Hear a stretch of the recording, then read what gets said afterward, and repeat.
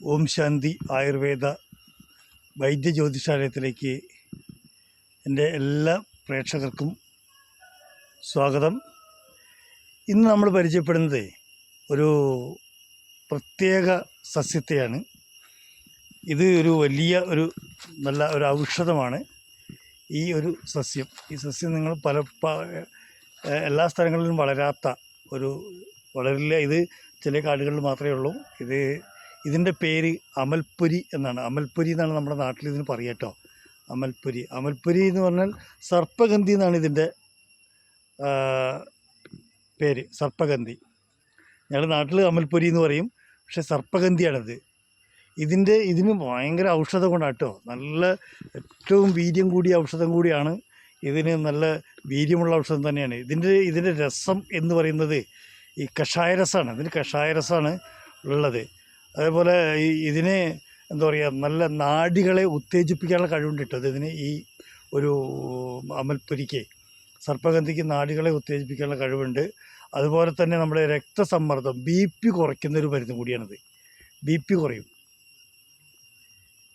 ഇതിൽ നിന്ന് BP കുറയ്ക്കുന്ന, രക്തസമ്മർദ്ദം കുറയ്ക്കുന്ന മരുന്ന് ഉൽപ്പാദിപ്പിക്കുന്ന ഒരു സസ്യമാണ് സർപ്പഗന്ധി.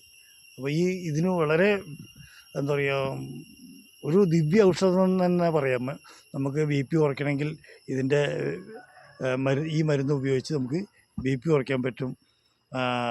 അപ്പോൾ ഇതിന് കുറച്ച് ഡോസ് ഉള്ളത് കൊണ്ട് നല്ല ഉറക്കം കിട്ടും കേട്ടോ. ഉറക്കം കിട്ടുന്നൊരു മരുന്നും കൂടിയാണ് നന്നായിട്ട് ഉറങ്ങാൻ പറ്റും. അപ്പോൾ ഇത്തരം മരുന്നുകളെ നമ്മൾ പരിചയപ്പെടണം. നമ്മളത് നട്ടു വളർത്തേണ്ടതൊക്കെ തന്നെയാണ്. പക്ഷേ ഇതൊരു വൈദ്യനിർദ്ദേശം ഇല്ലാണ്ട് നിങ്ങളോട്ട് കഴിക്കാനും പാടില്ല കേട്ടോ. അങ്ങനെയുണ്ട്.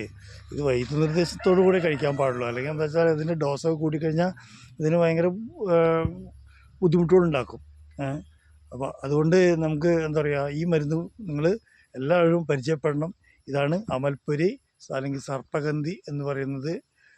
അപ്പോൾ ഈ മരുന്ന് ഞാനൊന്ന് പരിചയപ്പെടുത്തി തരാൻ വേണ്ടിയിട്ടാണ് ഇന്ന് ഈ വീഡിയോയിൽ ഞാൻ വന്നിരിക്കുന്നത്. എൻ്റെ വീഡിയോ കാണുന്നവരെല്ലാവരും എന്ത് ചെയ്യണം?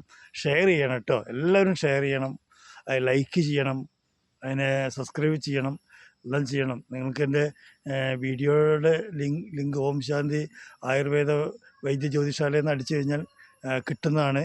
അപ്പോൾ എല്ലാവരും ഒന്ന് ഷെയർ ചെയ്യുക. ഇത്തരം മരുന്നുകളെക്കുറിച്ച് നിങ്ങൾക്ക് ഞാൻ വ്യക്തമായിട്ട് പറഞ്ഞു തരുന്നതായിരിക്കും. ഇതിൻ്റെ വേരിൻ്റെ തൊലിയൊക്കെയാണ് ഉപയോഗിക്കുന്നത്. ഇതിൻ്റെ എല്ലാ ഭാഗങ്ങളും ഉപയോഗിക്കുന്നുണ്ട്, പക്ഷെ നമുക്ക് വേരിൻ്റെ തൊലിയൊക്കെ കൂടുതലായിട്ട് ഉപയോഗിക്കുക. അപ്പോൾ ഇത്തരം മരുന്നുകളെ നിങ്ങൾക്ക് ഞാൻ പരിചയപ്പെടുത്തി തരുന്നതായിരിക്കും. എല്ലാവർക്കും നമസ്കാരം.